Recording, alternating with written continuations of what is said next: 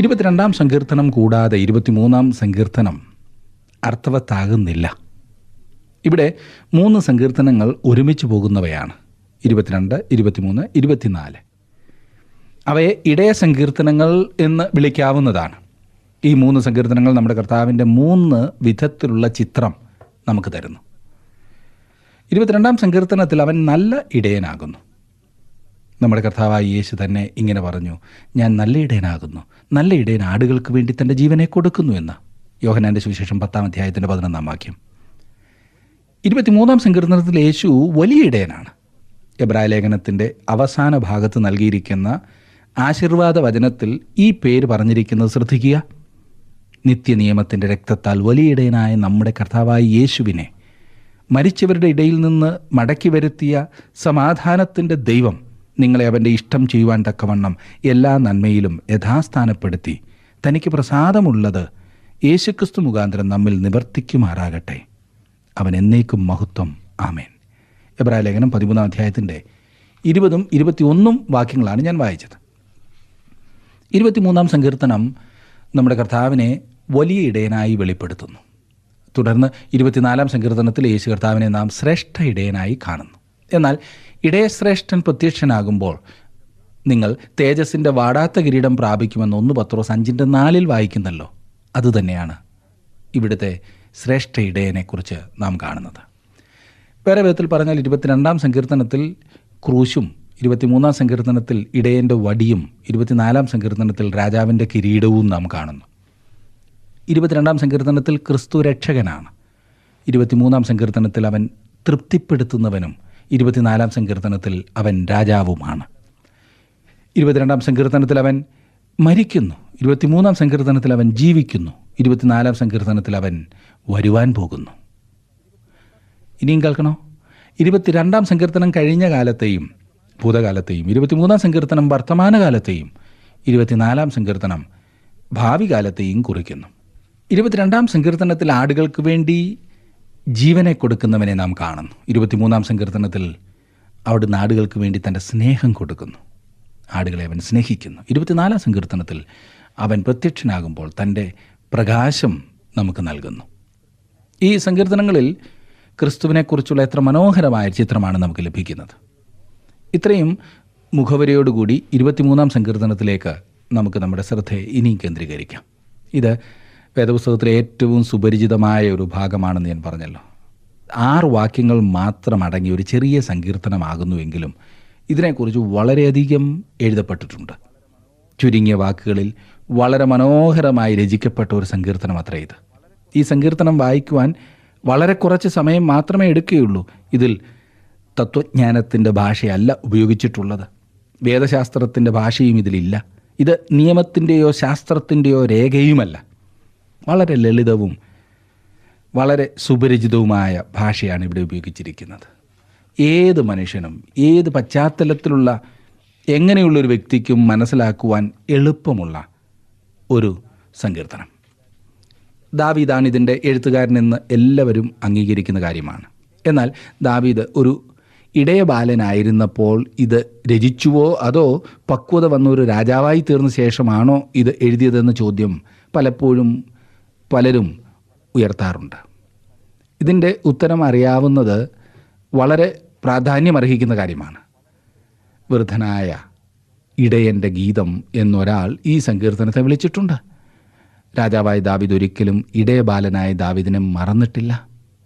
23-ാം സങ്കീർത്തനത്തിൽ അപക്വതയുള്ള പരിചയമില്ലാത്തൊരു വ്യക്തിയുടെ വാക്കുകളല്ല, നേരെ മറിച്ച് പക്വത വന്ന അനുഭവ സമ്പത്തിൻ്റെ ഉടമയായ ഒരു വ്യക്തിയുടെ വാക്കുകളാണ് നമുക്ക് കേൾക്കുവാൻ കഴിയുന്നത്. ദാവീദ് തൻ്റെ ജീവിതാന്ത്യത്തോടടുത്തപ്പോൾ തൻ്റെ ജീവിതത്തിലേക്ക് അവൻ തിരിഞ്ഞു നോക്കി. ആ സമയത്താണ് ദാവീദ് ഈ സങ്കീർത്തനം എഴുതിയത്. പ്രായമായ രാജാവ് ഇടയബാലനെ ഓർക്കുന്നു. ജീവിതത്തിൻ്റെ പരുപരുത്തതും വളരെ ഭിന്നവുമായ അനുഭവങ്ങളിൽ കൂടി കടന്നുപോയൊരു മനുഷ്യൻ. അവൻ ഒരു നല്ല പടയാളിയും വിജയം രുചിച്ചറിഞ്ഞവനും ഏകാന്തതയും കഷ്ടതയും അനുഭവിച്ചറിഞ്ഞവനുമായിരുന്നു. അവൻ പരിശോധനകളിലും പ്രയാസങ്ങളിലും കൂടി കടന്നുപോയി.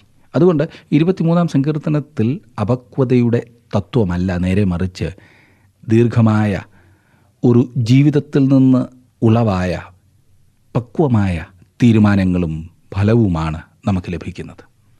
യഹോവ എൻ്റെ ഇടയനാകുന്നു എന്ന് പറഞ്ഞുകൊണ്ടാണ് ഈ സങ്കീർത്തനം ആരംഭിക്കുന്നത്. എൻ്റെ ഇടയൻ എന്ന് താങ്കൾക്ക് പറയുവാൻ എന്ത് അധികാരമാണുള്ളത്? ഈ സങ്കീർത്തനം ഏതൊരു വ്യക്തിയും രുചിക്കുന്നതാണ്, വളരെയധികം ഇഷ്ടപ്പെടുന്നതാണ്. ഏതൊരു വ്യക്തിക്കും വേണ്ടിയുള്ള ഒന്നാണോ ഈ സങ്കീർത്തനം? അങ്ങനെ ഞാൻ കരുതുന്നില്ല. 22, 23, 24 സങ്കീർത്തനങ്ങൾ ഒരുമിച്ച് ചേർത്ത് ഒരു കഥ പറയുന്നു. യേശുക്രിസ്തുവിനെ ആടുകൾക്ക് വേണ്ടി തൻ്റെ ജീവനെ കൊടുക്കുന്ന നല്ല ഇടയനായി താങ്കൾ അറിഞ്ഞെങ്കിൽ മാത്രമേ താങ്കൾക്ക് അവനെ വലിയ ഇടയനായി അറിയുവാൻ, അനുഭവിക്കുവാൻ, അവകാശപ്പെടുവാൻ സാധിക്കുകയുള്ളൂ. 23 സങ്കീർത്തനത്തിലേക്ക് കടന്നു വന്ന് യഹോവ എൻ്റെ ഇടയനാകുന്നു എന്ന് പറയുന്നതിന് മുൻപ് താങ്കൾ അവനെ 22 സങ്കീർത്തനത്തിലെ നല്ല ഇടയനായി അറിയേണ്ടത് ആവശ്യമാകുന്നു എന്നത്ര ഞാൻ പറഞ്ഞത്. ഇനി നമുക്ക് 23 സങ്കീർത്തനത്തിലേക്ക് പ്രവേശിച്ച് ഓരോ വാക്യങ്ങളും നോക്കാം. എന്താ 1ഉം 2ഉം വാക്യങ്ങൾ ഞാൻ വായിക്കുന്നതിന് മുമ്പ് എല്ലാവരും പറഞ്ഞു കഴിഞ്ഞല്ലോ. യഹോവ എൻ്റെ ഇടയനാകുന്നു, എനിക്ക് മുട്ടുണ്ടാകുകയില്ല. പച്ചയായ പുൽപ്പുറങ്ങളിൽ അവൻ എന്നെ കിടത്തുന്നു, സ്വസ്ഥതയുള്ള വെള്ളത്തിനരികത്തേക്ക് എന്നെ നടത്തുന്നു. എൻ്റെ ഇടയൻ എനിക്ക് മുട്ടുണ്ടാകുകയില്ല, എന്നെ കിടത്തുന്നു, എന്നെ നടത്തുന്നു എന്നെല്ലാം പറഞ്ഞിരിക്കുന്നത് ശ്രദ്ധിക്കുക. അവനും ഞാനും ഉൾപ്പെട്ട ഒരു സങ്കീർത്തനമാണിത്. മനുഷ്യൻ്റെ ആത്മാവും ദൈവത്തിനുമിടയിൽ യാതൊന്നുമില്ല എന്നതാണ് ഇവിടെ പ്രാധാന്യം അർഹിക്കുന്ന വസ്തുത. യഹോവ എൻ്റെ ഇടയനാകുന്നു. യഹോവ ഒരു ഇടയനാകുന്നു എന്ന് അനേകർ പറയാറുണ്ട്. അത് നല്ല കാര്യമായി നമുക്ക് തോന്നാം. എന്നാൽ അത് താങ്കളുടെ വ്യക്തിപരമായ കാര്യമാക്കിക്കൊണ്ട് യഹോവ എൻ്റെ ഇടയനാകുന്നു എന്ന് താങ്കൾക്ക് പറയുവാൻ കഴിയുമോ എന്നാണ് ഞാൻ ചോദിച്ചത്. അവൻ്റെ വീണ്ടെടുപ്പിൻ്റെ ആ പ്രവർത്തനം, അവൻ്റെ മരണം, ഉയർത്തെഴുന്നേൽപ്പ് എന്നിവയുടെ ആ അധികാരത്തിൽ താങ്കൾക്ക് അവനെ ആശ്രയിക്കുന്നതിനും താങ്കളുടെ ഇടയനെന്ന് അവനെ വിളിക്കുന്നതിനും കഴിയും. വ്യക്തിപരമാണിത്. മാത്രമല്ല, ഇത് വർത്തമാനകാലത്തിലാണ് പറഞ്ഞത്. യഹോവ എൻ്റെ ഇടയൻ ആകുന്നു. അതെ, യഹോവ എൻ്റെ ഇടയൻ ആകും എന്ന് പറയുന്നതും എളുപ്പമുള്ള കാര്യമാണ്, ഇല്ലേ? എന്നാൽ അങ്ങനെയല്ല ദാവീദ് പറഞ്ഞത്. ദാവീദ് പറഞ്ഞത് യഹോവ എൻ്റെ ഇടയനാകുന്നു എന്നത്ര. ഇതൊരു വലിയ പ്രസ്താവനയാണ്. എനിക്ക് മുട്ടുണ്ടാകുകയില്ല എന്നവൻ പറയുന്നു. എനിക്ക് മുട്ടുണ്ടായിരുന്നിട്ടില്ല എന്നല്ല, എനിക്ക് മുട്ടുണ്ടാകുകയില്ല എന്നാണ് ദാവീദ് പറയുന്നത്. ഈ കാര്യം ശ്രദ്ധിക്കണം. എന്താണ് എനിക്ക് ആവശ്യമായിരിക്കുന്നത്? അതെ, എനിക്ക് സുരക്ഷിതത്വം ആവശ്യമായിരിക്കുന്നു. ഞാനൊരു ബുദ്ധികെട്ട ആടാണ്, അതുകൊണ്ട് എനിക്ക് സുരക്ഷിതത്വം ആവശ്യമാകുന്നു എന്ന് എൻ്റെ ഇടയൻ മനസ്സിലാക്കുന്നു. ഒരു നല്ല ഇടയനുള്ളത് കൊണ്ടാണ് എനിക്ക് മുട്ടുണ്ടാകുകയില്ല എന്ന് എനിക്ക് പറയുവാൻ കഴിയുന്നത്. ഞാൻ ഒരിക്കലും നശിച്ചു പോകുകയില്ല എന്ന് ഒരാടിന് പറയുവാൻ കഴിയുന്നത് അതുകൊണ്ട് മാത്രമാണ്. എനിക്ക് മുട്ടുണ്ടാകുകയില്ല എന്നത് ആ ഭാവിയെ സൂചിപ്പിക്കുന്ന കാര്യമാണ്. ഇത് ഒരു ദൈവപൈതലിൻ്റെ ഉറപ്പാണ്. ഒരു വിശ്വാസിയുടെ ജീവിതത്തിലെ വലിയ ഉറപ്പ്, സുരക്ഷിതത്വം. അതെ, അത് ഇടയനിലാണ് ആശ്രയിച്ചിരിക്കുന്നത്, ഇല്ലേ? അനുസരണം കെട്ട ആടുകൾ നമുക്ക് കാണുവാൻ സാധിക്കും. മനുഷ്യവർഗത്തിൻ്റെ ഒരു ആകമാന ചിത്രമാണ് ഈ അനുസരണം കെട്ട ആടുകൾ എന്നുള്ളത്. ആടുകൾക്ക് സംരക്ഷണം മാത്രമല്ല, അവയ്ക്ക് ആവശ്യങ്ങൾ നിറവേറ്റപ്പെടുകയും സംതൃപ്തി ആവശ്യമായിരിക്കുകയും ചെയ്യുന്നു. അവൻ എന്നെ പച്ചയായ പുൽപ്പുറങ്ങളിൽ കിടത്തുന്നു. അതായത് അവൻ എൻ്റെ ആവശ്യം നിവർത്തിക്കുവാൻ മതിയായവനാണ്. ആടുകളെ അറിയാവുന്നവർ പറയുന്നത് വിശപ്പുള്ള ഒരാട് കിടക്കുകയില്ല എന്നാണ്. പച്ചയായ പുൽപ്പുറങ്ങളിൽ ആടുകൾ കിടന്നാൽ അതിൻ്റെ അർത്ഥം അവയ്ക്ക് അവയുടെ വയറ് നിറയെ ആഹാരം ലഭിച്ചു കഴിഞ്ഞു എന്നാണ്. തൃപ്തിയായി, അതുകൊണ്ടാണ് കിടക്കുന്നത്. ക്രിസ്തു നമ്മുടെ സർവസ്വവുമാണ്. യോഹന്നാൻ്റെ സുവിശേഷം 6-ാം അധ്യായത്തിന് 35-ാം വാക്യത്തിൽ നാം വായിക്കുന്നത്, യേശു അവരോട് പറഞ്ഞത്, ഞാൻ ജീവൻ്റെ അപ്പമാകുന്നു. എൻ്റെ അടുക്കൽ വരുന്നവന് വിശക്കയില്ല, എന്നിൽ വിശ്വസിക്കുന്നവൻ ഒരു നാളും ദാഹിക്കുകയുമില്ല. അവൻ എന്നെ സ്വസ്ഥതയുള്ള വെള്ളത്തിനരികത്തേക്ക് നടത്തുന്നു.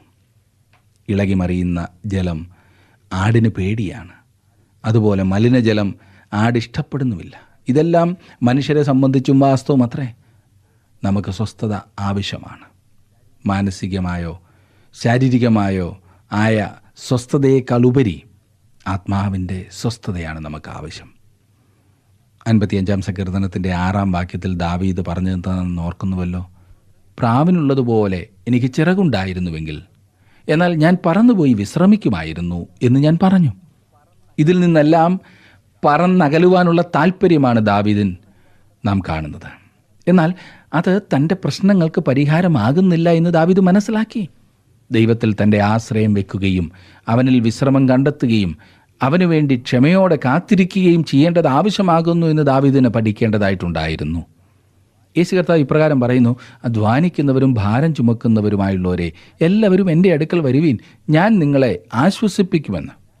മത്തായിയുടെ സുവിശേഷം 11-ാം വാക്യം. ദൈവത്തിലുള്ള ആശ്രയത്തെ ദാവീദ് എത്ര മനോഹരമായിട്ടാണ് അവതരിപ്പിച്ചിരിക്കുന്നത്.